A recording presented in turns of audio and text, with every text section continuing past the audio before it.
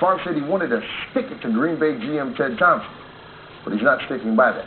Number 4 says Monday's game is just one of 16. Can't look at it any different. I mean, obviously everyone else is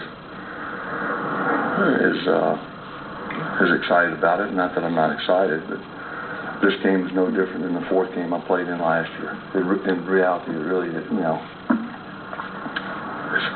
is it's a Monday night game. Yeah, that's the only game playing, and there's more excitement. You can't treat it any differently. And I'm trying to keep your emotions in check at any time is part of it. I want to play well, want to lead like I expect to lead. I don't know what that will mean in the game.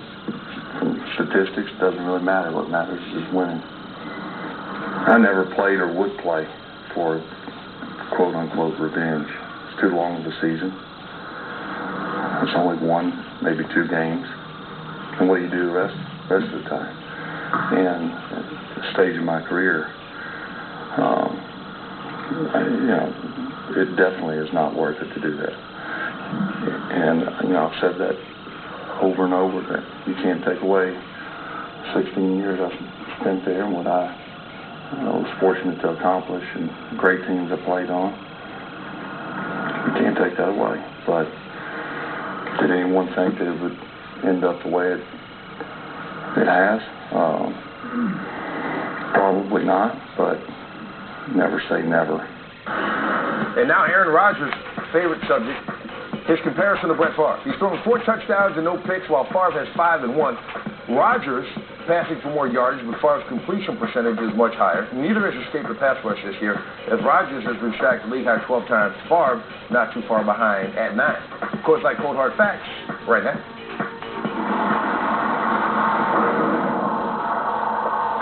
Trey Wingo, Mark Schlereth here with the Coors Light Cold Hard Facts, a 6-pack of questions about the NFL. You ready? Yeah. Item number 1. I don't know if you've heard, but on Monday night, Brett Favre is going to play the Green Bay Packers in Minnesota.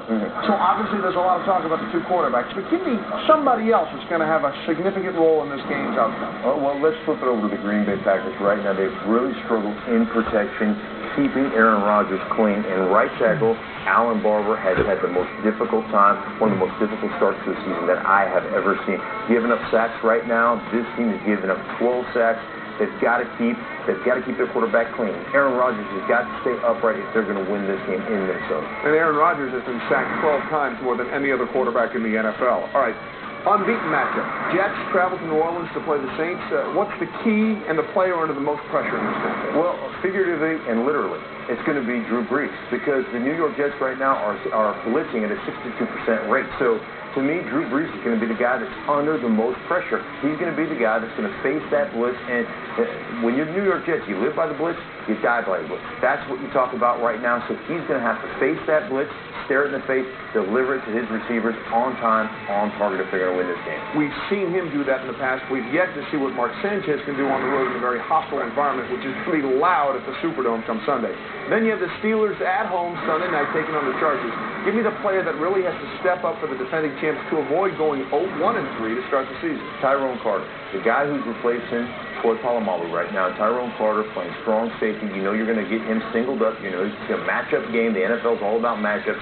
Antonio Gates versus Tyrone Carter. He's going to have to really play out of his mind for this Pittsburgh Steelers to get over the top. I'll tell you one thing. The Steelers have history on their side. The San Diego Chargers have come to Pittsburgh 13 times in franchise history.